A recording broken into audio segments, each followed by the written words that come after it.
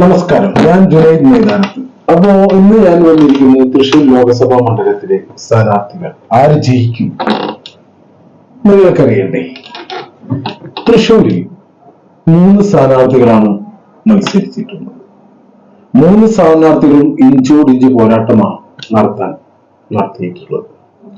തൃശൂർ ലോക്സഭയിൽ മത്സരിച്ചിട്ടുള്ള 3 സ്ഥാനാർത്ഥികൾ NDA സ്ഥാനാർത്ഥി സുരേഷ് ഗോപിയും UDF സ്ഥാനാർത്ഥി കെ മുരളീധരനും LDF സ്ഥാനാർത്ഥി VS സുനിൽകുമാറും. ഇപ്പൊ നമുക്കൊക്കെ അറിയാം, വയനാട് ഈസിയായി രാഹുൽ ഗാന്ധി ജയിക്കും. മലപ്പുറത്ത് AT മുഹമ്മദ് ബഷീർ ജയിക്കും. എറണാകുളത്ത് ഐബിയുഡിനി ജയിക്കും. ചാലക്കുടിയിലും ബെന്നി ബെഹൻ ജയിക്കും ഉറപ്പാണ്. തൃശൂർ നിയോജക മണ്ഡലത്തിൽ, ലോക്സഭാ മണ്ഡലത്തിൽ ആര് ജയിക്കുമെന്ന് നിങ്ങൾക്ക് അറിയാം. തൃശൂർ ലോക്സഭാ മണ്ഡലത്തിൽ ഏറ്റവും വർക്ക് നടത്തിയിട്ടുള്ളത് NDA നല്ല വർക്കുകൾ നടത്തിയിട്ടുണ്ട്. ചുമരെഴുത്തുകളും പോസ്റ്ററുകളും എല്ലാം നല്ലതുപോലെ. എന്താ പറയാ, ഈ പ്രാവശ്യം സുരേഷ് ഗോപി തൃശൂർ ഇലക്ഷനിൽ ജയിക്കുമെന്നുള്ള വർക്കുകളാണ് നടത്തിയിട്ടുള്ളത്. അതിനേക്കാളും ഉപരിയായി UDF സ്ഥാനാർത്ഥി കെ മുരളീധരൻ, നമ്മുടെ കരുണാകരൻ മകൻ മുരളീധരൻ, നല്ല ആത്മാർത്ഥതയോടുകൂടി എല്ലാ മണ്ഡലങ്ങളിലും UDF വർക്ക് ശക്തിയായി നടന്നിട്ടുണ്ട്. പോസ്റ്റ്, ചുമരെഴുത്ത് കാര്യങ്ങൾ നമുക്ക് രാത്രിയിൽ യാത്ര ചെയ്യുമ്പോൾ, ഓരോ ഭാഗങ്ങളിൽ യാത്ര ചെയ്യുമ്പോൾ അതിഗംഭീരമായി നല്ല വർക്കുകളാണ് നടന്നിട്ടുള്ളത്. UDF ബെസ്റ്റ് അതിഗംഭീരമായി പോസ്റ്ററുകൾക്ക്, മോഡലുകൾക്ക്, തോരണകൾ കെട്ടല് ഒക്കെ നല്ല അതിമനോഹരമായി നടന്നു. LDF കാര്യം പറയാനില്ല. LDF വർക്കിൽ മുട്ടണ്ട, നല്ല വർക്കോടുകൂടിയാണ് LDF മുന്നോട്ട് വെച്ചിട്ടുള്ളത്. പക്ഷേ ഈ 3 സ്ഥാനാർത്ഥികളിലും ജനങ്ങളിൽ ഏറ്റവും കൂടുതൽ ഇഷ്ടമുള്ളത് സഖാവ് സുനിൽകുമാറിനെയാണ്. തൃശൂർ ലോകസഭാ മണ്ഡലത്തിൽ 1ാം സ്ഥാനത്ത് വരുന്നത് VS സുനിൽകുമാറായിരിക്കും. അത് 100% ഉറപ്പായിരിക്കും എന്നാണ് എൻ്റെ ഒരു വിശ്വാസം. വയനാടത്തെ പോലെ വയനാട് ആര് ജയിക്കും എല്ലാവർക്കും പറയാൻ പറ്റും. വയനാട് ആര് ജയിക്കും? UDF സ്ഥാനാർത്ഥി രാഹുൽ ഗാന്ധി ജയിക്കും. മലപ്പുറം ആര് ജയിക്കും? AT മുഹമ്മദ് ബഷീർ എന്തായാലും ജയിക്കും. പൊന്നാനിയിലോ സമാധാനിക്കാണ്, പക്ഷേ അവിടെ ഒരു ട്വിസ്റ്റ് വരും. ചെറിയൊരു ട്വിസ്റ്റ് അവിടെ സംഭവിക്കും. ഹംസ LDF മത്സരിക്കുന്നു. അപ്പൊ എന്തായാലും ഒരു ഈസിയായിട്ട് കയറി പോകുന്ന ഒരു ലോക്സഭാ മണ്ഡലമാണ് പൊന്നാനി. സമാധാനിയായതുകൊണ്ട്. പക്ഷെ അവിടെ LDF സ്ഥാനാർത്ഥി ഇഞ്ചോടിഞ്ച് പോരാടുന്നു.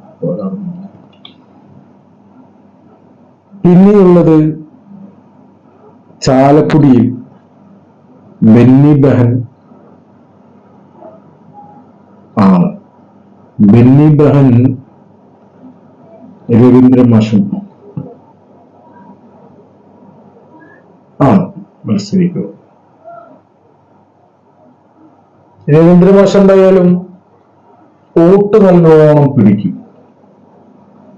പക്ഷേ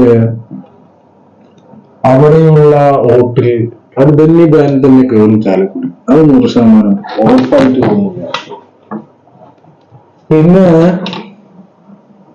രമ്യ ഹരിദാസ് ഒരു പക്ഷേ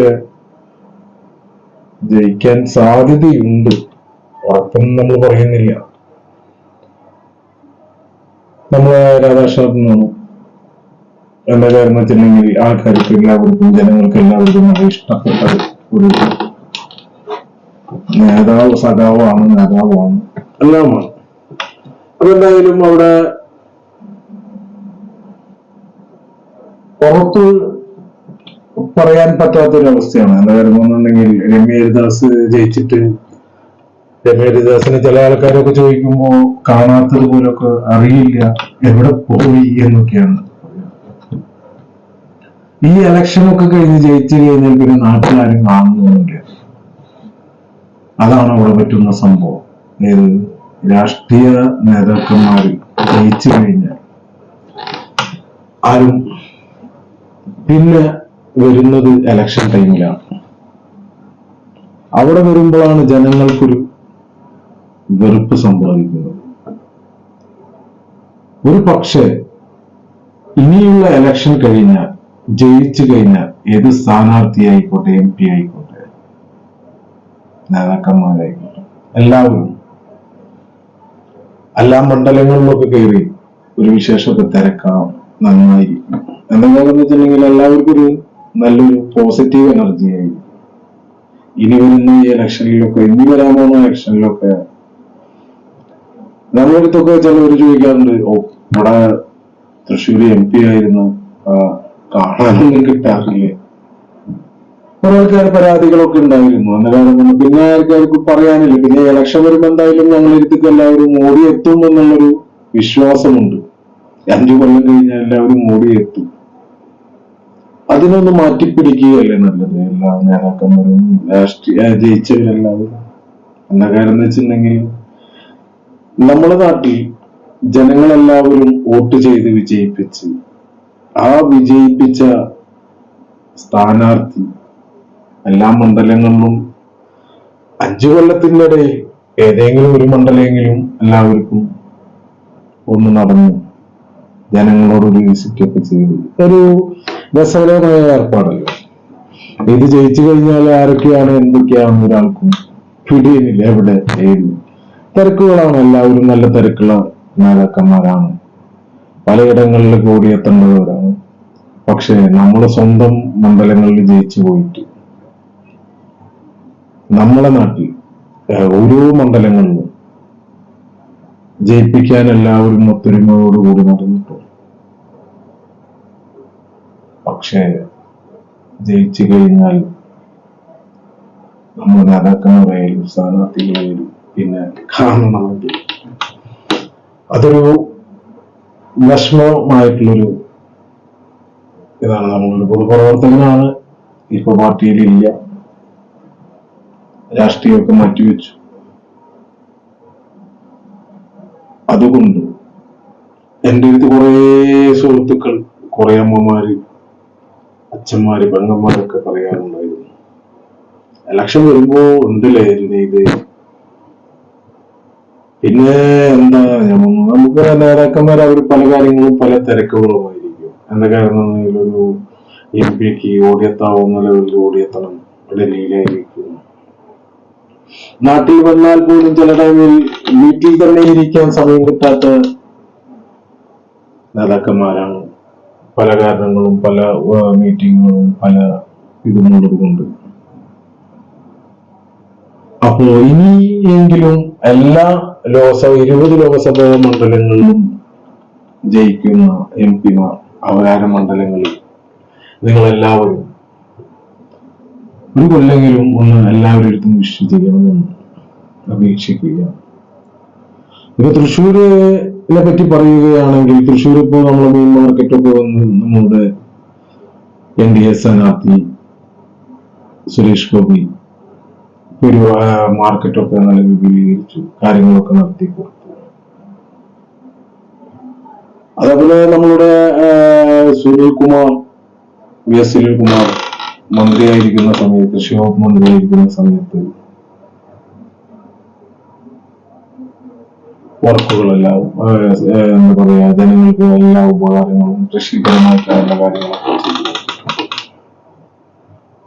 ഇവിടെ അതല്ല ജനങ്ങൾക്ക് വേണ്ടത്. ജനങ്ങളാൽ തീരുമാനിക്കുന്ന, ജനങ്ങൾക്കൊരു ആഗ്രഹമുണ്ട്, ഞങ്ങളുടെ നാട്ടിലത്തെ MP, ഞങ്ങളുടെ നാട്ടിലത്തെ MLA ഞങ്ങൾക്ക് വേണ്ടി എന്ത് ചെയ്യും എന്നാണ്. ഓരോ വിഷമങ്ങളും ഘട്ടങ്ങളും വരുമ്പോൾ, ഇപ്പോ കൊറോണ കാലഘട്ടത്തിൽ ജനങ്ങളെ എല്ലാവരെയും നെഞ്ചോട് ചേർത്ത് നിർത്തിയ LDF ഒരാൾക്കും കുറ്റം പറയാൻ പറ്റില്ല. അതേപോലെ പ്രളയം വന്നപ്പോൾ ഒരാൾക്കും, ഒരു ജനതയ്ക്കും കുറ്റം പറയാൻ പറ്റില്ല LDF. അത് ഇരട്ടച്ചങ്കൻ എന്ന് പറയുന്നത് ഇരട്ടച്ചങ്കൻ തന്നെയാണ്. എന്താ കാരണം എന്ന് വെച്ചിട്ടുണ്ടെങ്കിൽ ഒരു കാര്യത്തിന് പോലും ബുദ്ധിമുട്ടുണ്ടാക്കിയിട്ടില്ല. എന്തായിരുന്നു പറഞ്ഞിരുന്നത് നിങ്ങൾക്കറിയാം. ഒരു ജില്ലയിൽ പോലും ഒന്നിനും ഒരു കുറവ് വരരുത് എന്നായിരുന്നു.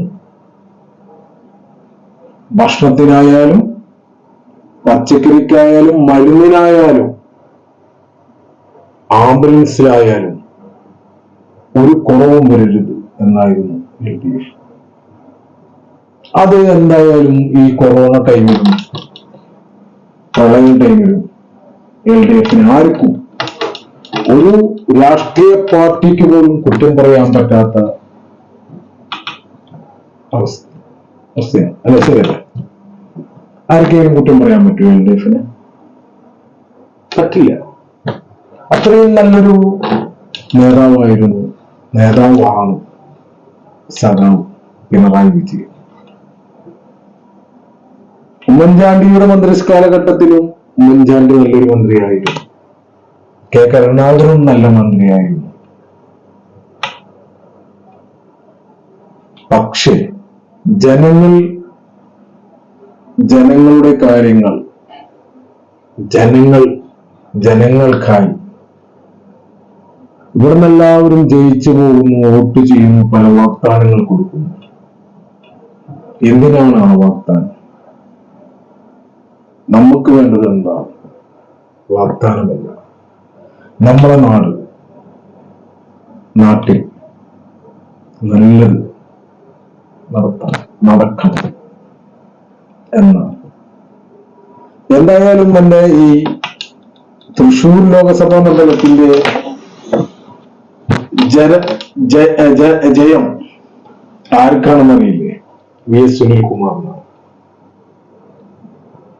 വയനാട് രാഹുൽ ഗാന്ധി എന്ന് പറയുന്നത് പോലെ, മലപ്പുറം ET മുഹമ്മദ് ബഷീർ എന്ന് പറയുന്നത് പോലെ, എറണാകുളം ഐബിഡൻ എന്ന് പറയുന്നത് പോലെ,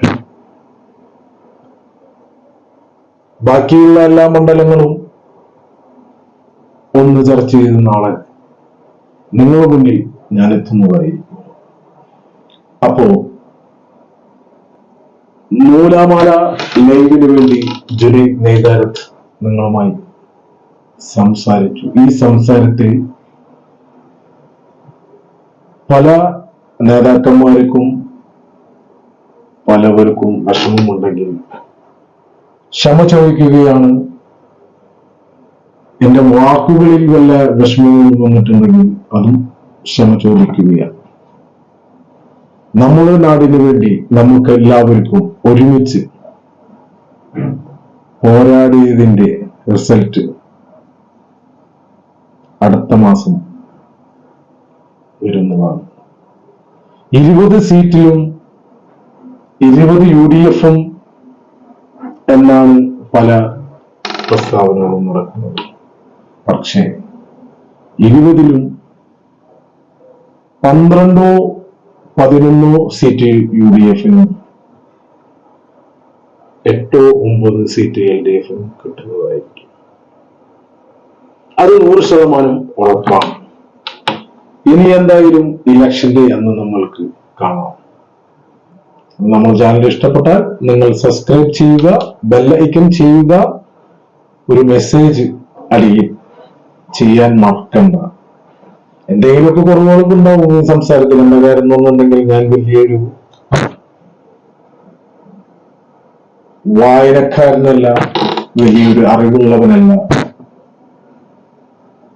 പല അറിവുകളും നമ്മളുടെ ചെവിയിൽ കേട്ടത് മൈൻഡിൽ ഫീഡ് ചെയ്ത് നമ്മൾ വെച്ച് അത് പറയുന്ന ഒരു വ്യക്തിയാണ്. ഇനി എന്തായാലും ഈ വരുന്ന അടുത്ത മാസം വരുന്ന ഇലക്ഷന്റെ റിസൾട്ടിൽ നിങ്ങളുടെ നാടായ നിങ്ങളുടെ 20 ലോകസഭാ മണ്ഡലങ്ങളിൽ നിങ്ങൾക്ക് പറയാം ആര് ജയിക്കുമെന്ന്. ഓക്കെ, അതെന്തായാലും ഈ ചാനലിന്റെ അടിയിൽ മെസ്സേജായി രേഖപ്പെടുത്തണമെന്നാണ് ഞാൻ പറയുന്നത്. അപ്പോ എല്ലാവർക്കും നല്ലൊരു ദിവസം നേർന്ന്, നല്ലൊരു നാൾ നേർന്ന്, നല്ലൊരു സന്തോഷം നേർന്ന്, എന്താ പറയാ, എല്ലാവരും നല്ല ഹാപ്പി ആയിട്ടിരിക്കട്ടെ. നമ്മുടെ നാട്ടിലെ ഇലക്ഷന് 4-ാം തീയതി വരുമ്പോൾ, അടുത്ത മാസം വരുമ്പോൾ എല്ലാവരും ഹാപ്പി ആയിരിക്കണം. അപ്പൊ എല്ലാവർക്കും ഈ നൂലാമാല ലൈവിന്റെ നമസ്കാരം.